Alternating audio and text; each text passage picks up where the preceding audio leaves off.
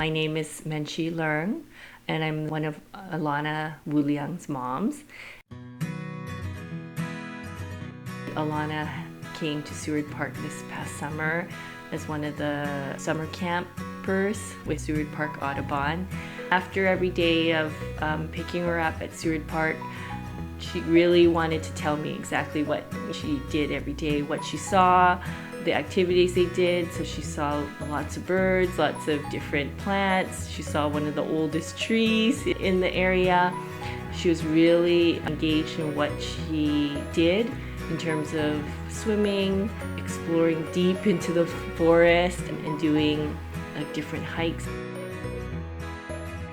So on the last day of the camp, Lycan and Finch took all the kids on a solo hike. The kids were there. She told us all the details, how the kids gathered in the beginning together. There was a story and they had books, and then how one by one they would go and do the hike.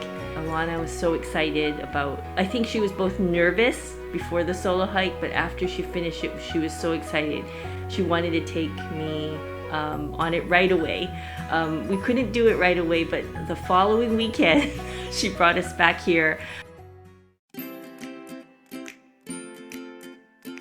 Since then, she's brought at least so it's myself, my wife Lillian, she's brought our friend Lauren, and another friend Reggie on that solo hike, and every time she sort of adds to the story, and in a way it's like her story of the park. When I saw that Alana's experience was so positive and the people were really genuinely so engaging, you care for the people as much as you care for the land and the flora and the fauna. I want to learn more about this park, and so when you opened up your tours again, I really prioritized learning a little bit more, and I feel like all the staff at the Audubon here really want people to learn and are really willing and able to really bring people together to learn. So from that, I just got excited and inviting all my friends.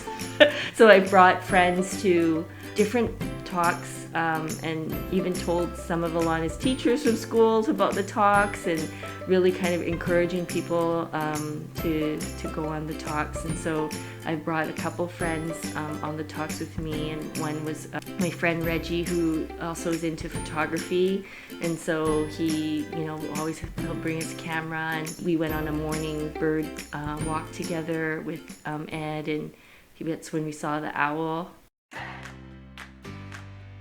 in the morning, the barred owl, sort of sleepy owl, and everyone felt that was so special, and that's also where I think probably Reggie, I can't remember, but myself or Reggie told Ed about the Mao Tao Yun, where this Chinese word for owl is cat-headed eagle, and so there's a lot of cat is in a lot of words for different animals in Chinese, but that one definitely, even how Ed describes how he tries to look for the owl, he says, I kind of squint my eyes and you look for a cat-sized animal, in the trees. That's how he kind of gets our eyes adjusted, and then that's how I remembered about the Chinese word for owl, and so it's a sort of similar connection we have with them.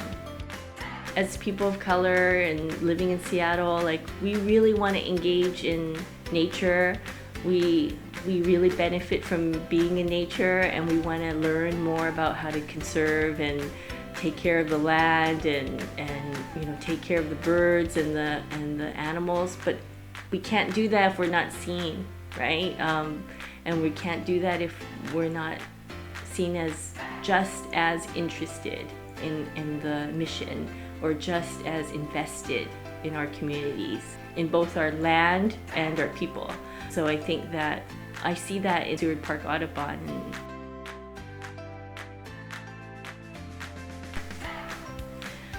Well, one of the things about having a child and a young child and also enrolling them in summer camps is, especially as living through the pandemic, it's I want to spend a week in summer camp.